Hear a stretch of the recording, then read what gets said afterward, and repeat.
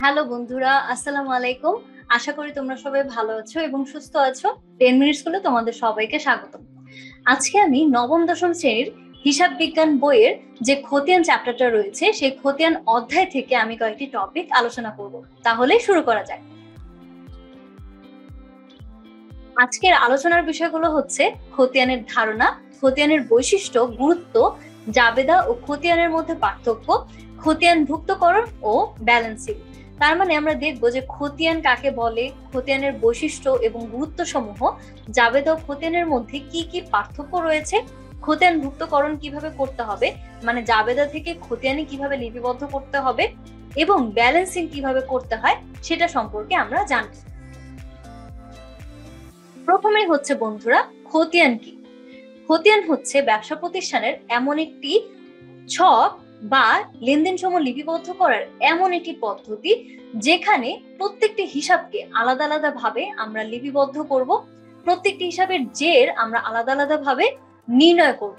তো আমি আবার রিপিট করছি, খতিয়ানের মাধ্যমে আমরা কি করি? প্রত্যেকটি হিসাবের জের আমরা পৃথক পৃথক ভাবে নির্ণয় করি। হিসাব বিজ্ঞানে 5 ধরনের হিসাব রয়েছে। কি কি? সম্পদ, দায়, মালিকানা সত্ত্ব, আয় এবং ব্যয়। সো এই 5টা হিসাবের মধ্যে অ্যাসেট মানে হচ্ছে সম্পদ আর এক্সপেন্স মানে হচ্ছে ব্যয়, এই দুইটা হিসাবকে আমরা সবসময় কি করব? ডেবিট করব। অর্থাৎ এই দুইটা হিসাবের যে সবসময় হবে ডেবিট। আর অন্যদিকে লায়াবিলিটিস, তারপর হচ্ছে ইকুইটি আর রেভিনিউ, এই 3টা হিসাবের যে সবসময় হচ্ছে ক্রেডিট হবে।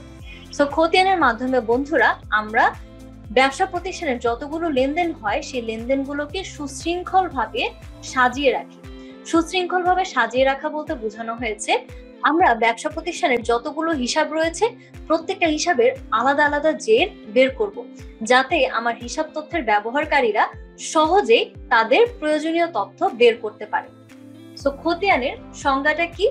খতিয়ান হচ্ছে একটি হিসাব নিকাশের পাকা বইতে, মানে হচ্ছে খতিয়ানকে বলা হয় হিসাবের পাকা বই। এখানে আমরা প্রত্যেকটি হিসাবকে কি করব? স্থায়ীভাবে লিপিবদ্ধ করে রাখবো। প্রতিষ্ঠানের যাবতীয় লেনদেনগুলোর বিভিন্ন প্রকার পক্ষ সমূহকে, আমরা জানি ব্যবসা প্রতিষ্ঠানের প্রত্যেকটি লেনদেনকে আমরা 2টি পক্ষে বিভক্ত করি, আর এই পদ্ধতিটা হচ্ছে দুতরফা দাখিলা পদ্ধতি। সো 2টা পক্ষে বিভক্ত করে আমরা সুবিধা গ্রহণকারী পক্ষকে ডেবিট করি আর সুবিধা প্রদানকারী পক্ষকে আমরা ক্রেডিট করি। সো এই যে 2টা পক্ষে আমরা বিভক্ত করলাম, পৃথক পৃথক ভাবে একটা শিরোনামের আওতায়, শিরোনাম বলতে বোঝানো হয়েছে ধরো নগদান হিসাব। ওকে বন্ধুরা, সো এই যে নগদান হিসাব এটা কিন্তু একটা সম্পদ মানে অ্যাসেট। সো নগদান হিসাব হতে পারে, আসবাবপত্র হতে পারে, পাওনাদার হিসাব হতে পারে। সো এরকম আলাদা আলাদা হিসাবের শিরোনামের আওতায় আমরা কি করব? লেনদেনগুলোকে শ্রেণীবদ্ধ করব এবং সংক্ষিপ্ত আকারে লিপিবদ্ধ করব। আর এই টোটাল পদ্ধতিটাই হচ্ছে খতিয়ান। সো খতিয়ান হিসাব নিকাশের এমন একটি পদ্ধতি যেখানে প্রত্যেকটি হিসাবের আলাদা আলাদা জের অথবা উদ্বৃত্ত বের করা হয়। এক কথায় খতিয়ান হচ্ছে একটি প্রতিষ্ঠানের সকল হিসাবের সমষ্টিগত রূপ। যেমন ধরো নগদান হিসাবের একটা সমষ্টি পাওয়া যাবে, যে নগদান হিসাবের যে ডেবিট জেরটা আসবে সেটা কত টাকা, আবার আসবাবপত্র হিসাবের যে ডেবিট জেরটা আসবে সেটা কত টাকা। তো এরকম সমষ্টিগত রূপটাই হচ্ছে খতিয়ান। আমরা জানি ব্যবসা প্রতিষ্ঠানের যে 5টি হিসাব রয়েছে, সম্পদ, দায়, মালিকানা সত্ত্ব, আয় এবং ব্যয়। সো এই হিসাবগুলোর আন্ডারে কোন কোন হিসাব রয়েছে, মানে হচ্ছে সম্পদের, মানে সম্পদ জাতীয় কোন কোন হিসাব রয়েছে, মানে কোন কোন হিসাব সম্পদের শ্রেণীভুক্ত হবে, আবার দায়ের শ্রেণীভুক্ত হবে কোন কোন হিসাব, মালিকানা সত্ত্বের শ্রেণীভুক্ত হবে কোন কোন হিসাব। সো এগুলা মূলত আমরা এখন দেখব। সো আগে বলে নেই যে সম্পদের জের কি হবে? ডেবিট। আবার ব্যয়ের জের হবে ডেবিট।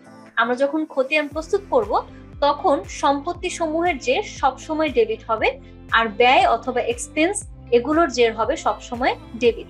সহজ হিসাব। আর বাকি যে 3টা রয়েছে, লায়াবিলিটিস, দায়, মালিকানা সত্ত্ব, ইকুইটি, আয় অথবা রেভিনিউ, এই 3টা হিসাবের জের সবসময় হবে ক্রেডিট। তো সম্পদের আন্ডারে কি কি আসবে দেখি আমরা। নগদান হিসাব, নগদান মানে হচ্ছে ব্যবসা প্রতিষ্ঠানে যত লেনদেন আমরা নগদে সম্পূর্ণ করে থাকি। যেমন ধরো নগদে ক্রয় বিক্রয়, অথবা দেনাদার থেকে আমি যদি নগদ টাকা পেয়ে থাকি, পাওনাদারকে যদি আমি নগদে পরিশোধ করি।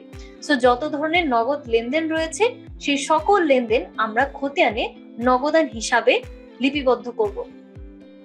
আসবাবপত্র হিসাব, এখানে আসবাবপত্র ক্রয় এবং বিক্রয় সংক্রান্ত লেনদেনগুলো লিপিবদ্ধ হবে। এরপর হচ্ছে দেনাদার হিসাব, অগ্রিম খরচ হিসাব, মজুদ পণ্য হিসাব, ভূমি ও দালান কোঠা হিসাব, যন্ত্রপাতি হিসাব, আর হচ্ছে সুনাম হিসাব। এই সবগুলোই হচ্ছে মূলত সম্পদের শ্রেণীভুক্ত। তো দেনাদার হচ্ছে আমরা যখন ধারে বিক্রয় করি তখন আমার দেনাদার সৃষ্টি হয়। অগ্রিম খরচ হিসাব, অগ্রিম খরচ বলতে বোঝানো হয়েছে ব্যবসা প্রতিষ্ঠানে যত ধরনের খরচ অগ্রিম করা হয়। যেমন ধরো 2020 সালে আমরা কি করলাম, অগ্রিম ভাড়া প্রদান করলাম 2021 সালের জন্য। তো এই যে 2020 সালেই আমি 2021 সালের ভাড়াটা প্রদান করলাম, তো এটা হচ্ছে আমার ব্যবসায়ের জন্য অগ্রিম খরচ। তো এটা আমার সম্পদ। আবার মজুদ পণ্য হিসাব, ব্যবসা প্রতিষ্ঠানে কিন্তু দুই ধরনের মজুদ পণ্য আছে, একটা হচ্ছে সমাপনী মজুদ পণ্য আর আরেকটা হচ্ছে প্রারম্ভিক মজুদ পণ্য। এখানে মজুদ পণ্য বলতে মূলত সমাপনী মজুদ পণ্যকে বোঝানো হয়েছে। সমাপনী মজুদ পণ্য হচ্ছে সম্পদ, আর প্রারম্ভিক মজুদ পণ্য হচ্ছে ব্যবসা প্রতিষ্ঠানের জন্য ব্যয়। মনে রাখবে এই বিষয়টা, প্রারম্ভিক মজুদ পণ্য হচ্ছে ব্যয় আর সমাপনী মজুদ পণ্য হচ্ছে সম্পদ। সো মজুদ পণ্য হিসাব, ভূমি ও দালান কোঠা হিসাব, এগুলো হচ্ছে স্থায়ী সম্পত্তি, যন্ত্রপাতি হিসাব, সুনাম হিসাব। এরপর হচ্ছে দায়ের আন্ডারে কোন কোন হিসাব রয়েছে, পাওনাদার হিসাব, ঋণ হিসাব, বকেয়া খরচ হিসাব। আমার ব্যবসায় কোনো খরচ যদি বকেয়া থাকে, বকেয়া বলতে বোঝানো হয়েছে বাকি থাকা অথবা অপরিশোধিত থাকা। সো সেই খরচগুলো আমরা কি করব, দায় হিসেবে লিপিবদ্ধ করব বা ক্রেডিট করব। অনুপার্জিত আয় বলতে বোঝানো হয়েছে অগ্রিম আয় হিসাব। সো অগ্রিম আয়গুলোকে আমরা দায় হিসেবে লিপিবদ্ধ করব, আর অগ্রিম খরচ হচ্ছে আমার প্রতিষ্ঠানের জন্য সম্পদ। মালিকানা সত্ত্বের শ্রেণীভুক্ত হবে মূলধন হিসাব, উত্তোলন হিসাব, সাধারণ সঞ্চিতি হিসাব। মূলধন হচ্ছে মালিক ব্যবসা প্রতিষ্ঠানকে যা কিছু প্রদান করে সেটা হচ্ছে মূলধন, সেটা নগদ অর্থ হোক কিংবা কোনো স্থায়ী সম্পত্তি হোক। আর উত্তোলন হিসাব হচ্ছে মালিক ব্যক্তিগত প্রয়োজনে ব্যবসা থেকে কোনো কিছু নিয়ে নিলে সেটা উত্তোলন হিসাব নামে লিপিবদ্ধ করতে হবে। সাধারণ সঞ্চিতি হিসাব, সঞ্চিতি বলতে কি বোঝায়, ব্যবসা প্রতিষ্ঠানের যে মুনাফাগুলো হয় সেই মুনাফাগুলো মালিক কি করবে, সেই মুনাফার কিছু অংশ সংরক্ষণ করবে, আর এই মুনাফার সংরক্ষিত অংশটাই হচ্ছে সঞ্চিতি। তো সাধারণ সঞ্চিতি হিসাব হচ্ছে মালিকানা সত্ত্ব। আয়ের মধ্যে আসবে বিক্রয় হিসাব, ব্যবসা প্রতিষ্ঠানে পণ্য ধারে অথবা নগদে বা চেকের মাধ্যমে বিক্রয় হলে আমরা সেটাকে বিক্রয় হিসাব নামে লিপিবদ্ধ করব। প্রাপ্ত ভাড়া হিসাব, প্রাপ্ত কমিশন হিসাব, প্রাপ্ত বাট্টা হিসাব, শিক্ষানবিশ স্যালামি হিসাব, এগুলো হচ্ছে প্রতিষ্ঠানের জন্য আয়। আর ব্যয় হচ্ছে ক্রয় হিসাব, তারপর হচ্ছে বেতন, যেটা হচ্ছে খরচ, বেতন খরচ হিসাব বা বেতন প্রদান করা হলে যে খরচটা হবে সেটা হচ্ছে ব্যবসা প্রতিষ্ঠানের জন্য ব্যয়। মজুরি হিসাব, অবচয় হিসাব, অবচয় মূলত হচ্ছে সম্পত্তির অবচয়, স্থায়ী সম্পত্তির অবচয় বা অবলোপন হলে সেটা প্রতিষ্ঠানের জন্য ব্যয়।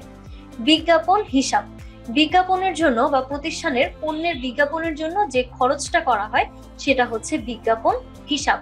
বীমা হিসাব, তারপর হচ্ছে ভাড়া হিসাব, কর ও অভিকর হিসাব, কুঋণ হিসাব।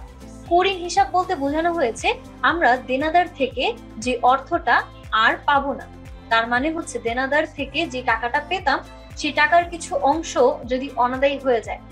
ধরো আমরা দেনাদার থেকে পেতাম 20,000 টাকা, এখন দেনাদারের মৃত্যু হলো অথবা কোনো কারণে দেনাদার দেউলিয়া হয়ে গেল। সো এই সকল কারণে যদি আমরা দেনাদার থেকে টাকা আদায় করতে না পারি, এখানে 20,000 টাকা দেনাদার থেকে আদায় করার কথা ছিল কিন্তু 4,000 টাকা আমরা দেনাদার থেকে আদায় করতে পারলাম না, সো এই 4,000 টাকা হচ্ছে কুঋণ হিসাব। বন্ধুরা, এখন আমরা দেখব খতিয়ানের কি কি বৈশিষ্ট্য রয়েছে। প্রথমত হচ্ছে প্রতিটি হিসাবে শিরোনাম প্রদান করা হয়। খতিয়ানে আমরা জানি যে হিসাব সমূহ থাকে ব্যবসা প্রতিষ্ঠানের, সেই হিসাব সমূহকে আলাদা আলাদা ভাবে জের নির্ণয় করে লিপিবদ্ধ করা হয়। তো এই যে হিসাবের শিরোনাম প্রদান, এখানে বোঝানো হয়েছে যেই হিসাবটা তৈরি করা হবে সেই হিসাবের নাম লিখতে হবে। যে হিসাবের যে নির্ণয় করা হচ্ছে সেই হিসাবের নাম উপরে প্রদান করতে হবে। খতিয়ান প্রস্তুতে টি ছক বা চলমান জের ছক অনুসরণ করা হয়। আমরা খতিয়ান প্রস্তুতে দুই ধরনের ছক অনুসরণ করব। একটা হচ্ছে টি ছক, যেখানে 8টি কলাম থাকবে, আর আরেকটা হচ্ছে চলমান জের ছক, যেখানে টোটাল 7টি কলাম থাকবে। আমরা কিছুক্ষণ পরেই জানতে পারবো কিভাবে টি ছক প্রস্তুত করতে হয় এবং কিভাবে চলমান জের ছক প্রস্তুত করতে হয়। সো টি ছক মূলত এখানে 8টি কলাম থাকে, 4টি কলাম হচ্ছে ডেবিট সাইডের আর বাকি 4টি কলাম হচ্ছে ক্রেডিট সাইডের। আর টি ছকের মধ্যে একটা হিসাবকাল শেষে সেই হিসাবের জের বা উদ্ধৃত নির্ণয় করা হয়। আর চলমান জের ছকে আমরা প্রত্যেক দিনের লেনদেন বা প্রতি সপ্তাহের লেনদেন যখনই লিপিবদ্ধ করব, সাথে সাথেই সেই হিসাবের জেরটা আমরা বের করে ফেলতে পারবো। সো এই হচ্ছে খতিয়ান প্রস্তুতির টি ছক আর চলমান জের ছক। এখন হচ্ছে প্রতিটি হিসাবের পৃথক পৃথক জের বা উদ্ধৃত নির্ণয় করা হয়।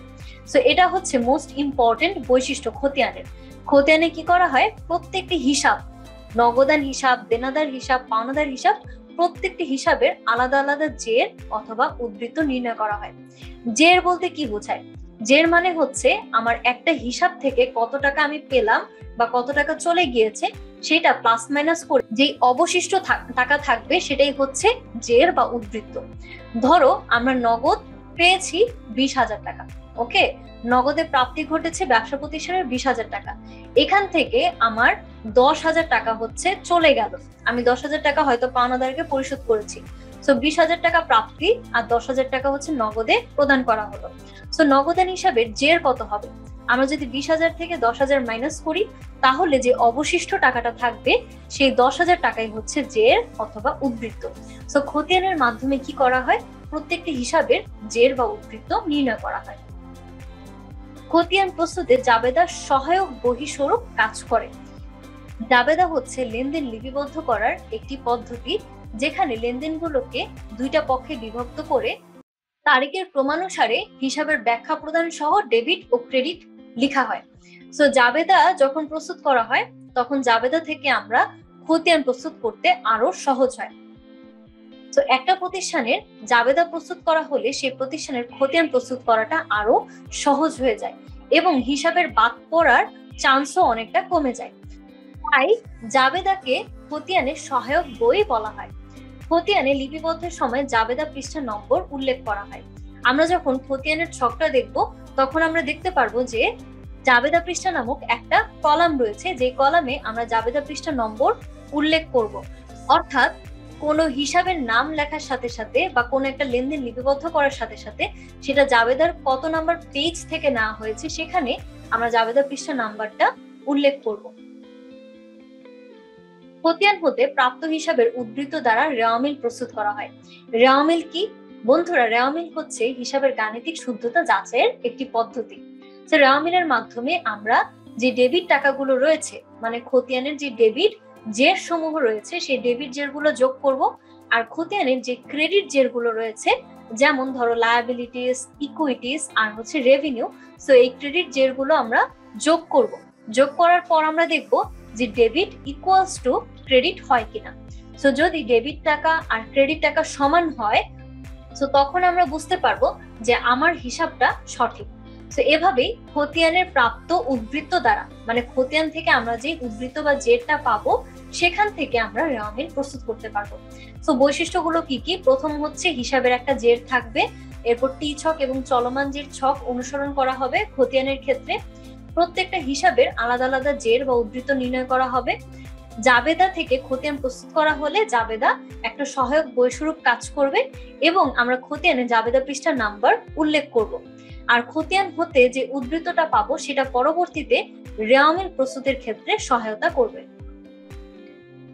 এখন আমরা দেখব খতিয়ানের কি কি গুরুত্ব রয়েছে। ব্যবসা প্রতিষ্ঠানে খতিয়ান প্রস্তুত করা কিন্তু বন্ধুরা বাধ্যতামূলক। যদিও জাবেদা প্রস্তুত করা ঐচ্ছিক বা বাধ্যতামূলক নয়, কিন্তু খতিয়ান প্রস্তুত করা বাধ্যতামূলক। কেননা খতিয়ানের মাধ্যমে প্রত্যেকটা হিসাবের জের বের করা হয় এবং একটা নির্দিষ্ট সময় পর আমার যে হিসাব তথ্যের ব্যবহারকারীরা রয়েছে তারা খুব সহজেই তাদের প্রয়োজনীয় তথ্য আমার প্রতিষ্ঠানের হিসাব সমূহ থেকে বের করতে পারবে। আর খতিয়ান থেকে আমরা মূলত রেওয়ামিল প্রস্তুত করতে পারবো, এরপর হচ্ছে আর্থিক বিবরণীগুলো প্রস্তুত করতে পারবো।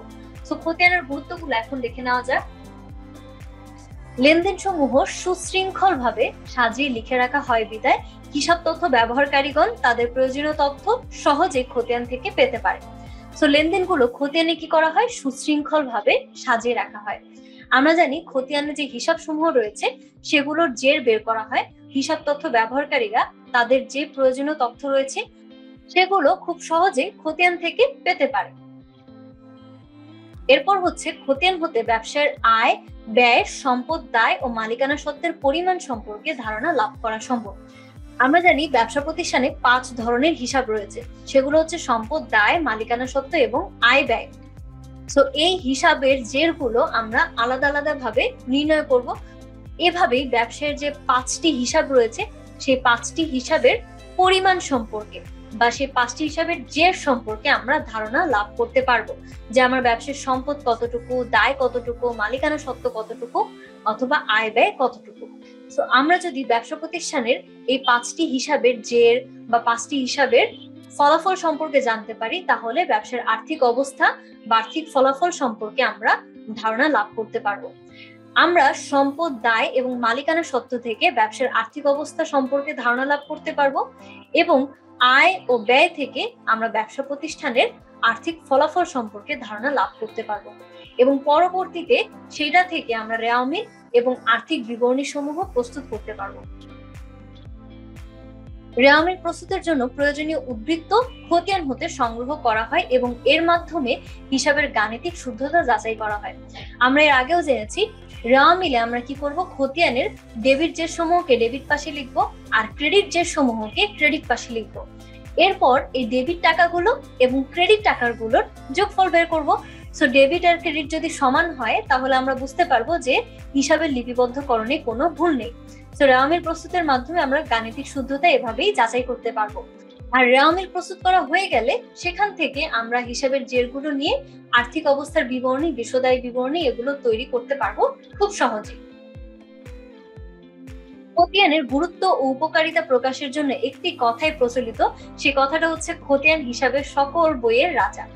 সো এটা থেকে বহু নির্বাচনে আসতে পারে যে হিসাবের কোন বইকে সকল বইয়ের রাজা বলা হয়? খতিয়ানকে। সো দেখতেই পারছো বন্ধুরা খতিয়ানের গুরুত্ব কতটুকু। খতিয়ানকে সকল হিসাব বইয়ের রাজা বলা হয়, কেননা খতিয়ান থেকে আমরা রেওয়ামিল প্রস্তুত করতে পারছি, খতিয়ান থেকে আমরা আর্থিক অবস্থা এবং আর্থিক ফলাফল জানার জন্য আর্থিক বিবরণী সমূহ প্রস্তুত করতে পারছি। আর খতিয়ানে যে সুশৃঙ্খল ভাবে লেনদেনগুলোকে সাজিয়ে রাখা হয় তার মাধ্যমে আমার হিসাব তথ্যের ব্যবহারকারীরা তাদের প্রয়োজনীয় তথ্য খুব সহজেই পেয়ে থাকে। তো এই হচ্ছে খতিয়ানের গুরুত্ব। এখন আমরা দেখব জাবেদা ও খতিয়ানের মধ্যে কি কি পার্থক্য রয়েছে। প্রথম কলামে রয়েছে পার্থক্যের বিষয়, এরপর জাবেদা আর হচ্ছে খতিয়ান। সো উৎস, লেনদেন হলো জাবেদার উৎস, তার মানে আমরা লেনদেন থেকে কি করব? জাবেদা তৈরি করব। এজন্যই লেনদেনকে জাবেদার উৎস বলা হয়। আর জাবেদা হলো খতিয়ানের উৎস। সো লেনদেন হচ্ছে জাবেদার উৎস বন্ধুরা, আর জাবেদা হলো খতিয়ানের উৎস, কেননা আমরা জাবেদা থেকে কি করব? খতিয়ান তৈরি করব। আর জাবেদা থেকে খতিয়ান তৈরি করা অ্যাকচুয়ালি বাধ্যতামূলক না, খতিয়ানটা বাধ্যতামূলক কিন্তু জাবেদা তৈরি করা বাধ্যতামূলক না। কিন্তু জাবেদা তৈরি করলে সেটা পরবর্তীতে খতিয়ানের সহায়ক বই হিসেবে কাজ করে, তাই বেশিরভাগ প্রতিষ্ঠানই তাদের প্রতিষ্ঠানের লেনদেনগুলো জাবেদায় লিপিবদ্ধ করে থাকে। হিসাব, হিসাবের প্রাথমিক বই হলো জাবেদা আর খতিয়ান হলো হিসাবের পাকা বই। তো এখানে দেখতেই পাচ্ছ জাবেদাকে বলা হয় হিসাবের প্রাথমিক বই অথবা জাবেদাকে বলা হয় খতিয়ানের সহায়ক বই, আর খতিয়ান হচ্ছে হিসাবের পাকা বই, বা আমরা এর আগের স্লাইড থেকে জানতে পেরেছি যে খতিয়ান হচ্ছে সকল বইয়ের রাজা। ধাপ, জাবেদা হচ্ছে হিসাব চক্রের তৃতীয় ধাপ। আমরা যে হিসাব চক্র পড়েছি যেখানে 10টি ধাপ ছিল, লেনদেন শনাক্তকরণ, লেনদেন লিপিবদ্ধকরণ, জাবেদাভুক্তকরণ, খতিয়ানি স্থানান্তর। তো এই যে হিসাব চক্রটা ছিল সেই হিসাব চক্রের তৃতীয় ধাপ হচ্ছে জাবেদা, আর চতুর্থ ধাপ হচ্ছে খতিয়ান। বাধ্যবাধকতা, জাবেদা প্রস্তুত করা ঐচ্ছিক। ঐচ্ছিক মানে কি? এই জাবেদাটা প্রস্তুত করা বাধ্যতামূলক নয়, কিন্তু খতিয়ান প্রস্তুত করা বাধ্যতামূলক।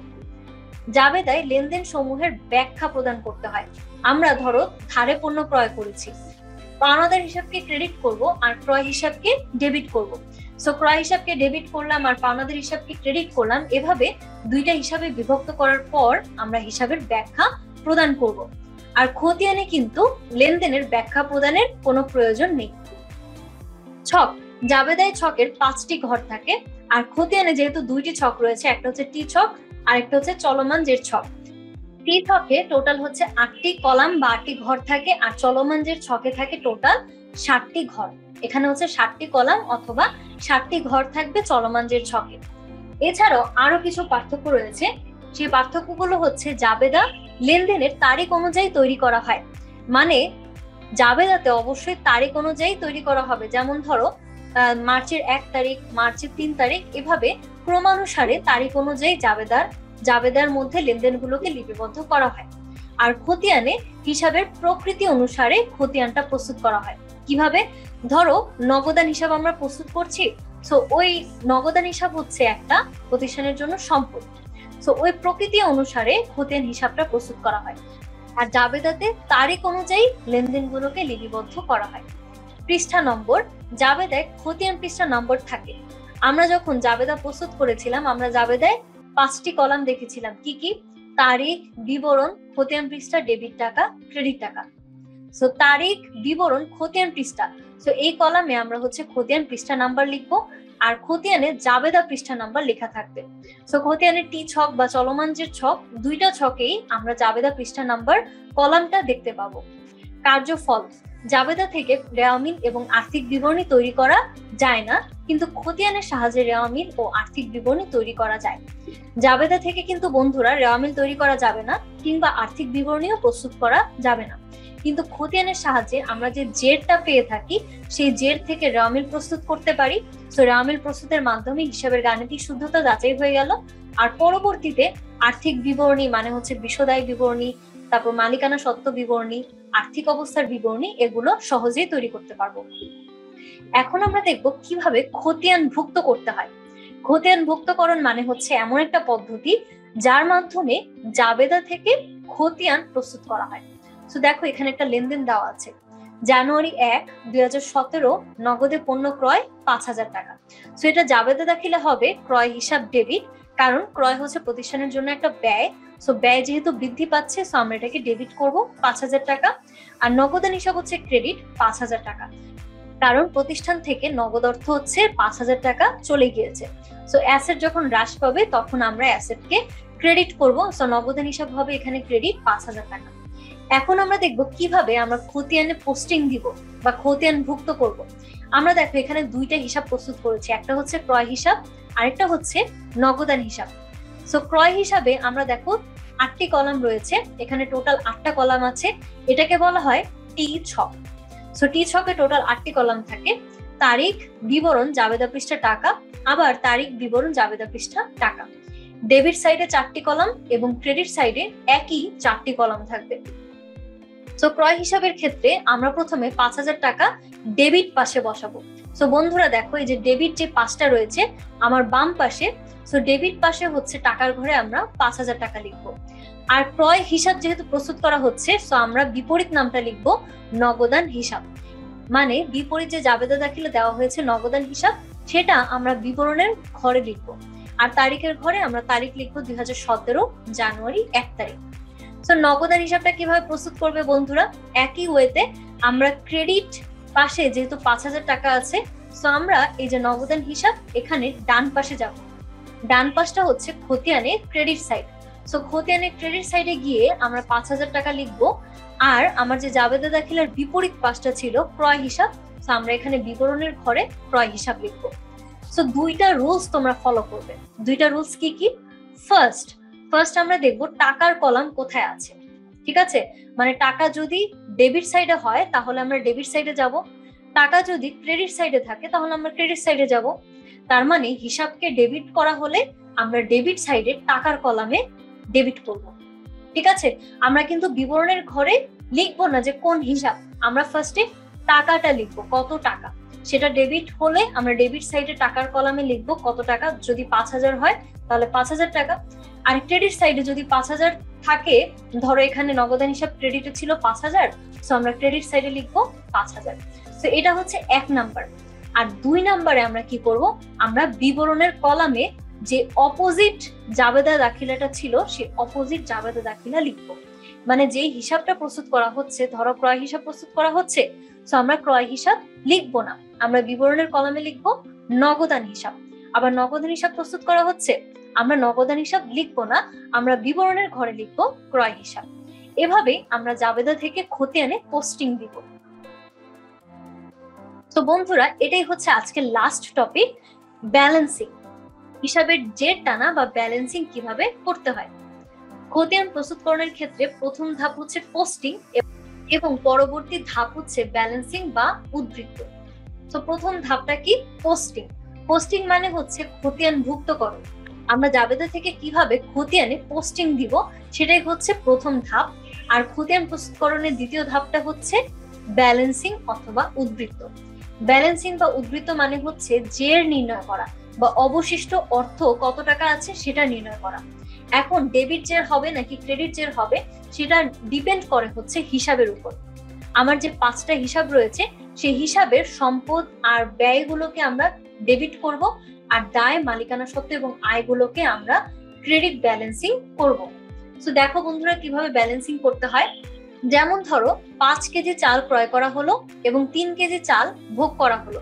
সো 5 কেজি আমরা চাল কিনলাম আর 3 কেজি চাল আমরা ভোগ করলাম। সো অবশিষ্ট কতটুকু থাকে, 2 কেজি। এই যে আমরা 5 কেজি থেকে 3 কেজি মাইনাস করলাম, এর মাধ্যমে কি পেলাম, 2 কেজি চাল পেলাম। সো এটাই হচ্ছে মূলত ব্যালেন্সিং বা উদ্ধৃত নির্ণয় করা। হিসাবে পোস্টিং পরবর্তী ডেবিট ও ক্রেডিট দিকের পার্থক্য নির্ণয় করাকে জের টানা বা ব্যালেন্সিং বলে। সো বন্ধুরা, আমাদের যদি প্রশ্ন আসে যে হিসাবে পোস্টিং পরবর্তী ডেবিট ক্রেডিট দিকের পার্থক্য নির্ণয় করাকে কি বলে, সেটা হচ্ছে জের টানা বা ব্যালেন্সিং বলে। এখন ডেবিট বা ক্রেডিট দিকের পার্থক্য বলতে কি বোঝানো হয়েছে। ধরো আমার খতিয়ানে হচ্ছে ডেবিট এবং ক্রেডিট সাইড আছে। এখানে ডেবিট সাইডে রয়েছে 10,000 টাকা আর ক্রেডিট সাইডে রয়েছে 2,000 টাকা। সো আমরা 10,000 থেকে 2,000 মাইনাস করে ডেবিট সাইডে লিখবো কত টাকা, 8,000 টাকা। আবার দেখো, ধরো ক্রেডিট সাইডে রয়েছে এখন 6,000 টাকা। সো আমরা ডেবিট থেকে ক্রেডিট মাইনাস করে লিখবো এখানে 2,000 টাকা। আবার ধরো ক্রেডিটে রয়েছে 4,000 টাকা। এখন আমার ডেবিট ব্যালেন্স আসবে নাকি ক্রেডিট ব্যালেন্স আসবে বন্ধুরা? আমার ক্রেডিটে রয়েছে 4,000 আর ডেবিটে আছে 2,000। সো অবশ্যই আমার ক্রেডিট সাইডে বেশি আছে। সো আমার এখানে ক্রেডিট ব্যালেন্স আসবে 2,000 টাকা। সো কিভাবে আমরা বের করছি, আমরা ডেবিট থেকে মাইনাস করছি ক্রেডিটকে। সো যেই পাশে টাকাটা বেশি হচ্ছে আমরা ব্যালেন্সটাকে ধরে নিব ওই ব্যালেন্সটা। যেমন ডেবিট পাশে যদি বেশি হয় তাহলে আমরা সেটাকে বলবো ডেবিট ব্যালেন্স, আর ক্রেডিট পাশে যদি বেশি হয় আমরা সেই হিসাবকে বলবো ক্রেডিট ব্যালেন্স এসেছে। সো এটাই হচ্ছে ব্যালেন্সিং করার পদ্ধতি। তো বন্ধুরা, আজকে আমরা শিখলাম খতিয়ান কি, খতিয়ানের বৈশিষ্ট্য, গুরুত্বগুলো কি কি, জাবেদা খতিয়ানের পার্থক্য কি, খতিয়ান ভুক্তকরণ কিভাবে করতে হবে এবং ব্যালেন্সিং করার পদ্ধতিটা কি। আশা করি তোমরা সবাই বুঝতে পেরেছো। পরের ভিডিও দেখার আমন্ত্রণ জানিয়ে আজকে এখানেই শেষ করছি। ধন্যবাদ।